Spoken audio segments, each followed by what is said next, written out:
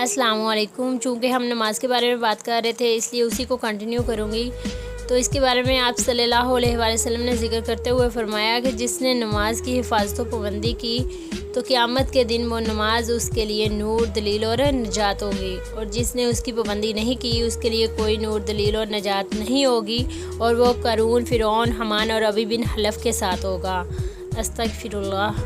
जैसा कि सबको पता है कि फ़िरौन कौन था। फ़िरौन बहुत बड़ा मुश्रिक था जिसने खुदाई का दावा किया था, और आप सबको पता है कि उसका अंजाम क्या हुआ था। शिर्क इतना बड़ा गुनाह है कि अल्लाह ताला इसके बारे में फरमाते हैं कि ऐ मेरे बंदे, तू ज़मीन से आसमान जितने गुनाह लेकर मेरे पास आ जाओ तो मैं तुम्हें माफ़ कर दूँगा, यहाँ तक कि तुमने शिर्क ना किया हो।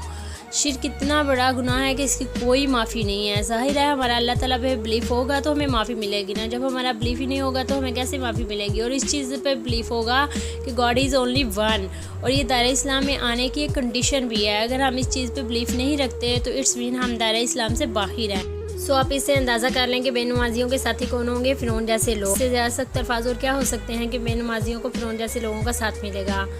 ये शायद इसलिए कि बेनमाजी होना भी शिर्क की कैटेगरी में ही फ़ॉल करता हो, क्योंकि अगर हमारा अल्लाह और आखिरत पर इतना ज़्यादा बिलीफ हो तो हम कभी भी नमाज ना छोड़ें। इसी तरह सूरह मुदस्सर में है कि जन्नती दोस्तियों से सवाल करेंगे कि आपको दोज़ख में किस चीज़ ने पहुंचा दिया, तो वो कहेंगे कि हम नमाज नहीं पढ़ा करते थे।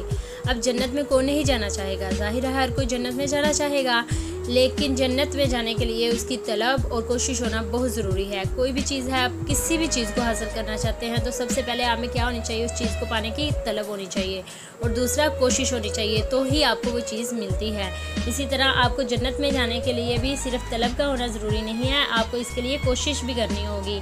अपने अमाल को इस काबिल बनाना होगा कि आप जन्नत में जा सकें। ठीक हो गया। एक और जगह आप सल्लल्लाहु अलैहि वसल्लम ने फरमाया कि अगर कबीरा गुनाहों से बचा जाए, कबीरा गुनाह जो बड़े बड़े गुनाह होते हैं, अगर उनसे बचा जाए तो 5 नमाज़ें, जुम्मा दूसरे जुम्मा तक और रमज़ान दूसरे रमज़ान तक होने वाले तमाम सगीरा गुनाहों का कफ़ारा है।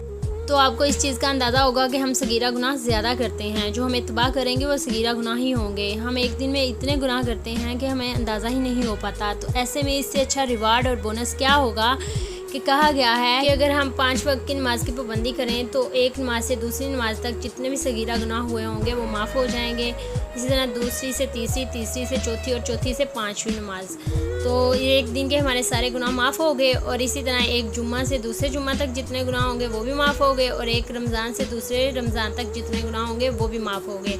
अगर ऐसे हमारे गुनाह माफ़ होते रहेंगे तो इंशाल्लाह हमारा जो गुनाहों का पेपर क्या होगा? ब्लैंक। तो अगर गुनाहों का पेपर ब्लैंक होगा तो हम जन्नत में जाएंगे।